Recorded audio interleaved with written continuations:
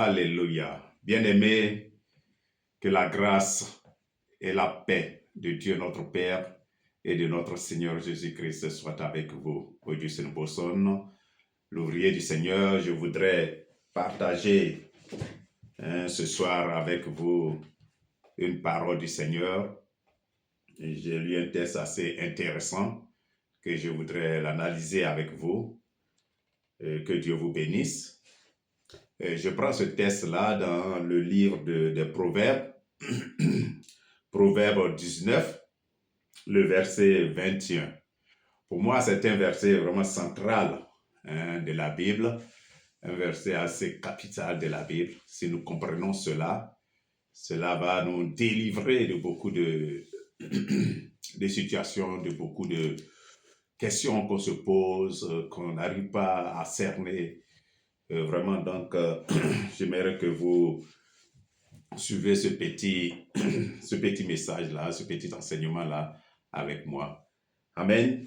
Voilà, donc dans ce texte de Proverbe 19, verset 21, il est écrit, « Il y a dans le cœur de l'homme beaucoup de projets, mais c'est le dessein de l'Éternel qui s'accomplit. » Il y a dans le cœur de l'homme beaucoup de projets, mais c'est le dessein de l'homme, dessein de l'Éternel plutôt, qui s'accomplit. Le dessein, en d'autres mots, c'est le but, c'est l'intention, c'est le projet. C'est-à-dire donc le projet de Dieu, l'intention de Dieu pour ta vie, pour ma vie, pour notre vie, c'est cela qui prévaut sur les plans que nous-mêmes nous formons pour notre vie. Donc ce mot dessein-là, si nous l'analysons profondément, nous voyons que ça veut aussi dire le décret du Seigneur.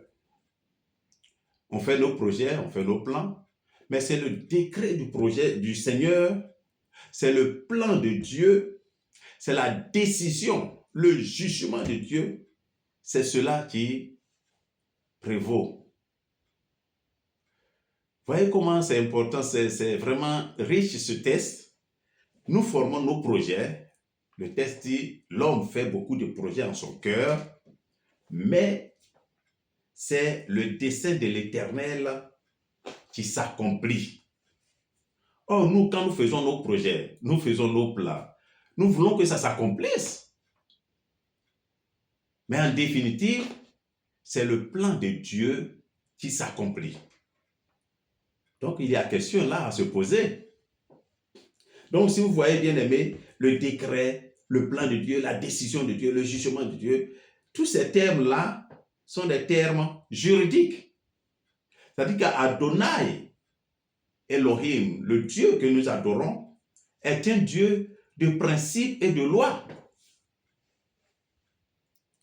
Et c'est pour cela, nous voyons dans la Bible, que Dieu a donné aux Israélites, aux enfants d'Israël, des lois et des principes pour les guider, pour réguler leur relation, la relation entre lui, Dieu, et eux, les enfants d'Israël. Dieu, donc, ici, nous voyons que Dieu ne bénit pas l'homme comme ça. Il bénit donc ses principes et celui qui s'aligne sur ces principes. Si vous comprenez bien. Il dit, nous formons nos projets, mais c'est lui, ses plans qui se réalisent, qui s'accomplissent. Donc, Dieu bénit celui qui s'aligne sur ses principes, sur lui ses plans, sur lui ses décisions. Donc, en définitive, nous pouvons dire que Dieu bénit, ne bénit pas l'homme comme ça, mais il bénit ceux qui se conforment à ses principes. Dieu bénit donc en définitive ses principes. Bien-aimés, je vais faire tout de suite une remarque. Si la Bible nous dit dans ce texte que l'homme fait beaucoup de projets, une personne peut faire beaucoup de projets dans son cœur, mais que le dessein de Dieu prévaut, quelle devrait être notre priorité dans notre vie? Quelle devrait être notre attitude? Je fais mes projets, mais Dieu me dit que non, lui, ce sont ses projets pour moi qui se réalisent. Alors, quelle doit être la priorité dans ma vie? La réponse, bien aimée, la priorité dans ma vie, c'est le dessein de Dieu. Je dois donc chercher à savoir quel est le dessein de Dieu pour ma vie. Si j'ai pu capter, si j'ai pu appréhender le dessein de Dieu pour ma vie, alors ce dessein-là va s'accomplir. Donc, Dieu dit que l'homme fait beaucoup de projets dans son cœur. Examinons, à partir de la Bible, quelques-uns de ces projets de l'homme. Examinons cela. Et donc, le premier exemple que je voulais donner par rapport au projet de l'homme, nous allons prendre l'exemple des hommes, ce que les hommes ont entrepris de faire après le déluge. Nous lisons cela dans Genèse 11, verset 4. Dans Genèse 11, verset 4, les hommes disent, ils dirent entre eux, les hommes, allons, bâtissons-nous une ville et une tour dont le sommet touche le ciel, et faisons-nous un nom. Les hommes se sont assemblés, ils veulent bâtir une tour, alléluia, dont le sommet touche le ciel. Alléluia. Ça, c'était leur projet. Pourquoi? Parce qu'ils veulent se faire un nom. L'honneur, la gloire. L'homme veut se faire un nom. C'est Dieu qui donne un nom. Nous allons, quand on lit la Bible, ça s'est passé dans Genèse 11. Juste après, dans Genèse 12, nous voyons que c'est Dieu qui donne un nom à Abraham.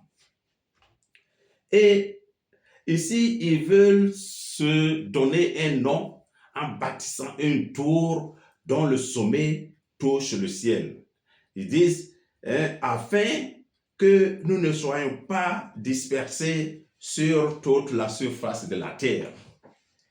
Bien aimé, lorsque nous lisons la suite, vous pouvez lire la suite, nous voyons que Dieu, pendant qu'eux ils cherchent à monter vers le ciel, Dieu descend du ciel et il confond leur langage et ils sont dispersés sur la terre. Parce que Dieu a trouvé que ce qu'il était en train de faire n'était pas normal. Alléluia. Donc voilà un premier exemple du projet de l'homme. Le deuxième exemple que je vais prendre, avant même d'entamer le dessein de Dieu, comment nous le voyons, je donne ces exemples de projets de l'homme. Nous voyons le riche insensé.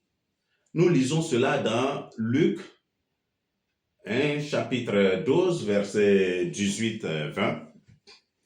Dans ce texte, Luc écrit, « Voici, dit-il, ce que je ferai. » C'est cet homme, ce riche insensé qui dit cela. « Voici, dit-il, ce que je ferai. J'abattrai mes greniers, je bâtirai de plus grands, et j'y amasserai toute ma récolte et tous mes biens. Et je dirai à mon âme, tu as beaucoup de biens en réserve pour plusieurs années. repose-toi, mange, bois et réjouis-toi. Mais Dieu lui dit, insensé, cette nuit même, ton âme te sera redemandée. Et ce que tu as préparé, pour qui cela sera-t-il? Alléluia. Sa récolte a réussi, il a cueilli beaucoup et il veut casser ses greniers passés, bâtir des plus grands, un égoïsme assez énorme, et il dira à son âme, repose-toi, mange, bois, hein, réjouis-toi, parce que tu as beaucoup de réserves, sans penser que faire cela pour soi-même, lui seul, ce n'est pas un plan de Dieu pour sa vie. Si Dieu te rend riche, ce n'est pas pour toi seul. Si Dieu l'a rendu prospère, ce n'est pas pour lui seul. Alléluia. Et donc, Dieu demande, Dieu lui dit, insensé, tu es un insensé, cette nuit même, ton âme te sera redemandée. Et ce que tu as préparé, toute cette richesse que tu as amassée, pour qui cela sera-t-il? Alléluia. Donc, nous voyons que si on ne travaille pas pour Dieu, qu'on travaille pour soi-même, qu'on se concentre que sur sa propre petite vie là, ça ne fait pas partie du plan de Dieu. Alléluia. Donc ça c'est le deuxième exemple que je voulais donner avant de commencer véritablement le message. Et le troisième exemple, c'est l'homme d'affaires aventureux. Nous disons cela dans Jacques 4, verset 13.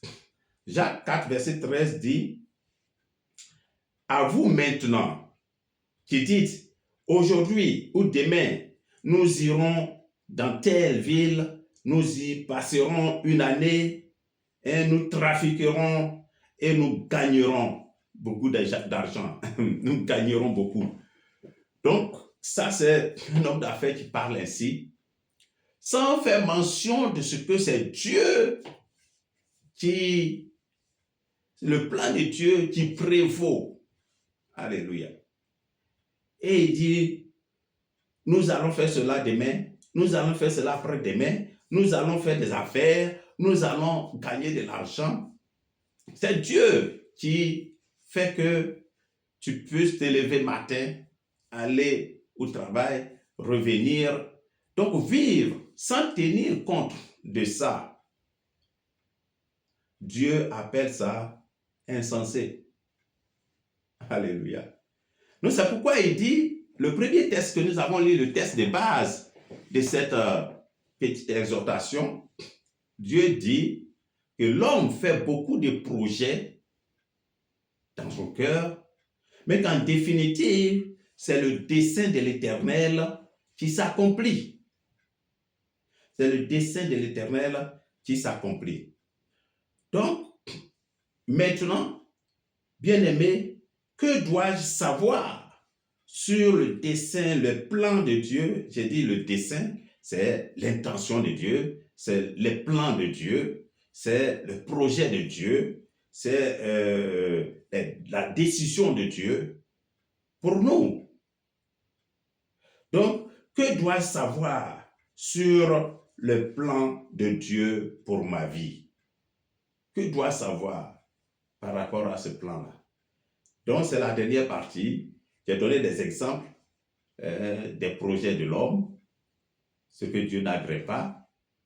Et maintenant, qu'est-ce que je dois savoir sur les plans de Dieu pour ma vie? Ce que nous devons savoir, bien-aimés, c'est que ces plans-là de Dieu sont irrésistibles. Ça veut dire quoi?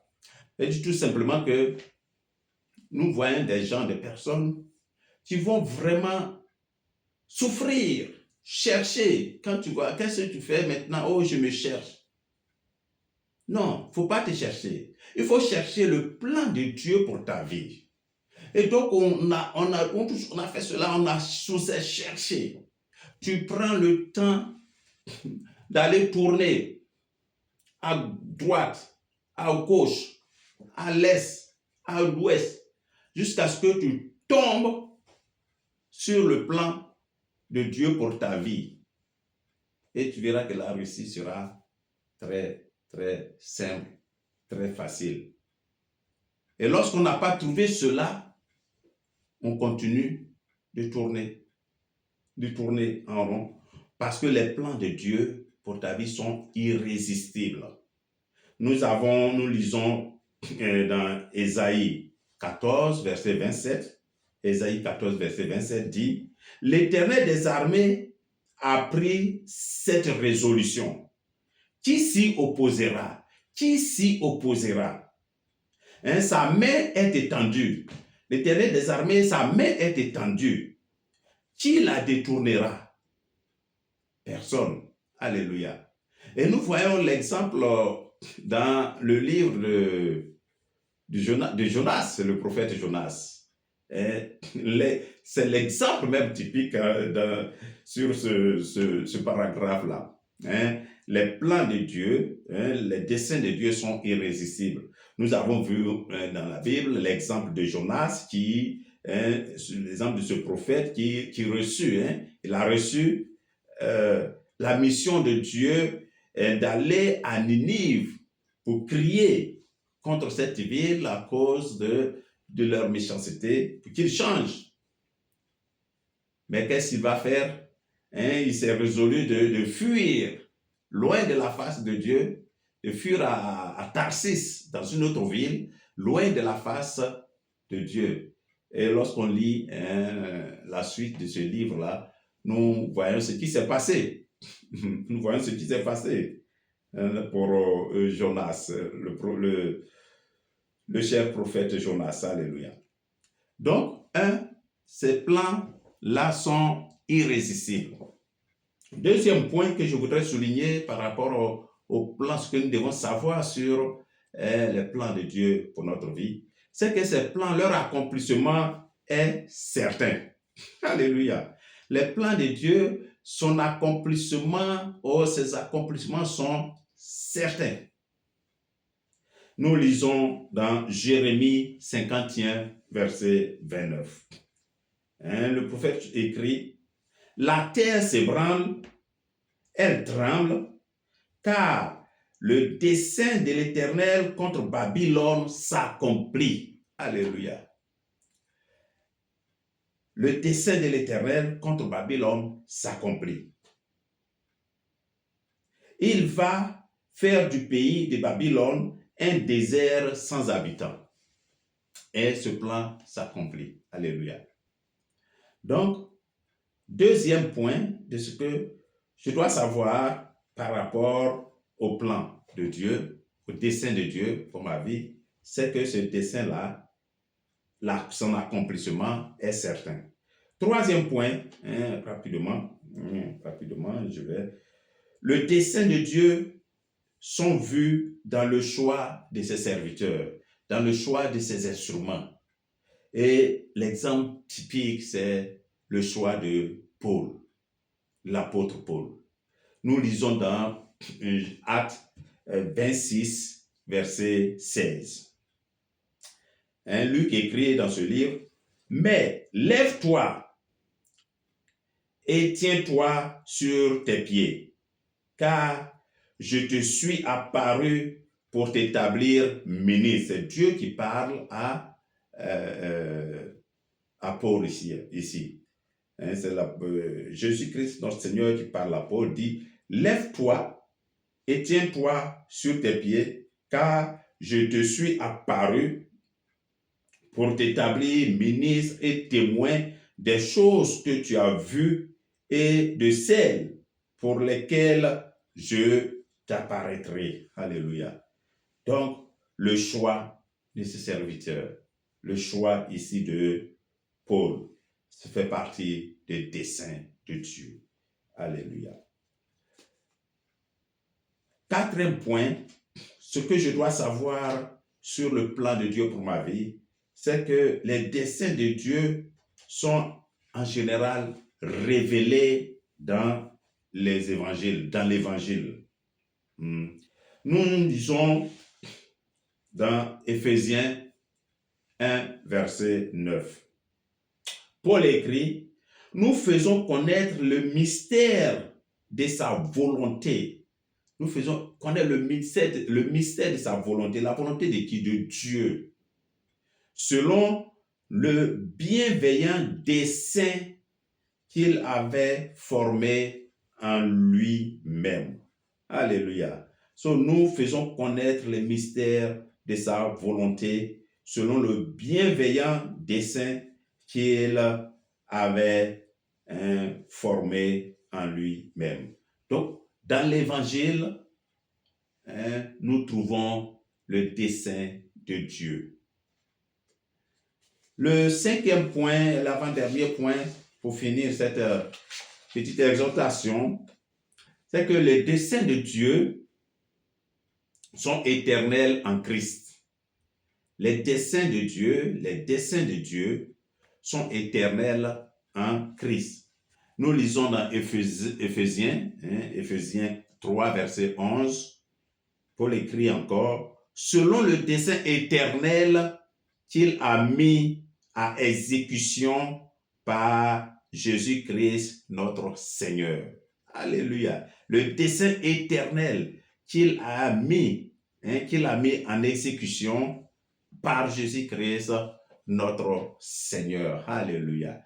Donc, souvent, ici dans notre salle de prière, j'ai fait une banderole pour écrire « La solution que tu cherches est en Jésus ». C'est-à-dire, notre identité, Jésus-Christ est venu sur terre pour nous redonner notre identité, pour nous montrer notre identité, et cela est caché en Jésus. Donc, le dessein éternel, ton dessein, tout cela est ancré en Jésus-Christ, notre Seigneur. Donc, les desseins de Dieu sont éternels en Christ. Alléluia. C'est pourquoi il est vraiment important pour nous de chercher Dieu. De chercher Dieu.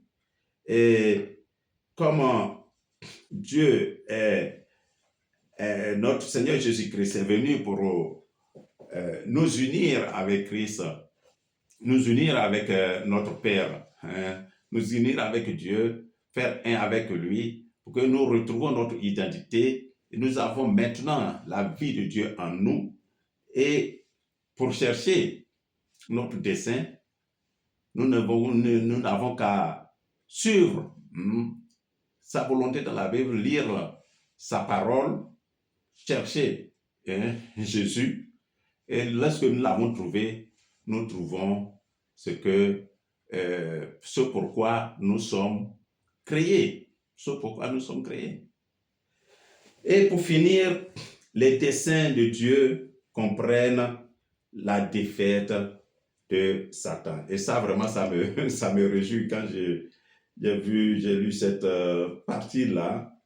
Je me suis réjoui parce que c'est très important. Nous sommes toujours en guerre contre l'ennemi. Et cette exhortation nous montre que le dessein de Dieu renferme aussi, comprend aussi la défaite de Satan. Donc, nous n'avons pas à nous lamenter, à complaindre. Faisons seulement notre part, faisons la volonté de Dieu, cherchons premièrement sa volonté, et la défaite de Satan est certaine et nous aurons la victoire en toutes choses. Donc, nous lisons dans 1 Jean 3, verset 8, il dit ceci, « Celui qui pêche est du diable, car le diable pêche dès le commencement. » Et la deuxième partie du verset, c'est ça qui nous intéresse. « Le Fils de Dieu est apparu afin de détruire les œuvres du diable. » Jésus-Christ est apparu afin de détruire les œuvres du diable. Donc, cela fait partie du dessein de Dieu. Et pour nous aussi, pour ta vie aussi. Parce que le diable sera toujours sur notre chemin pour ne pas que nous atteignions notre but, nous réalisons le projet de Dieu pour notre vie. Et Dieu, dans son omniscience, a déjà prévu sa défaite dans son dessein. Et ça, c'est vraiment très intéressant pour nous de savoir cela.